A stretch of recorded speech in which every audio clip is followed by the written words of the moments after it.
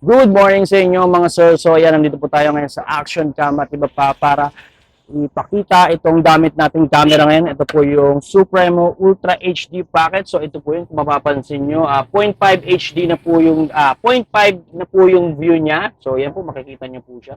With stabilizer na po ito. Ngayon po is gamit ko ay 2.7K resolution with 30 FPS and stabilizer. And then naro-rotate din po ito. So yan.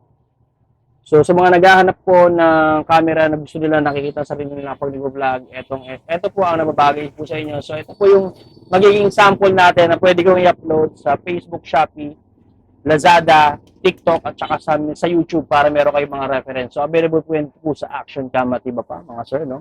So yan po. Action Cam at iba pa. So yan, meron po akong gamit na lapel ngayon. So kasama po ito sa package siya. Maraming salamat. Thank you po.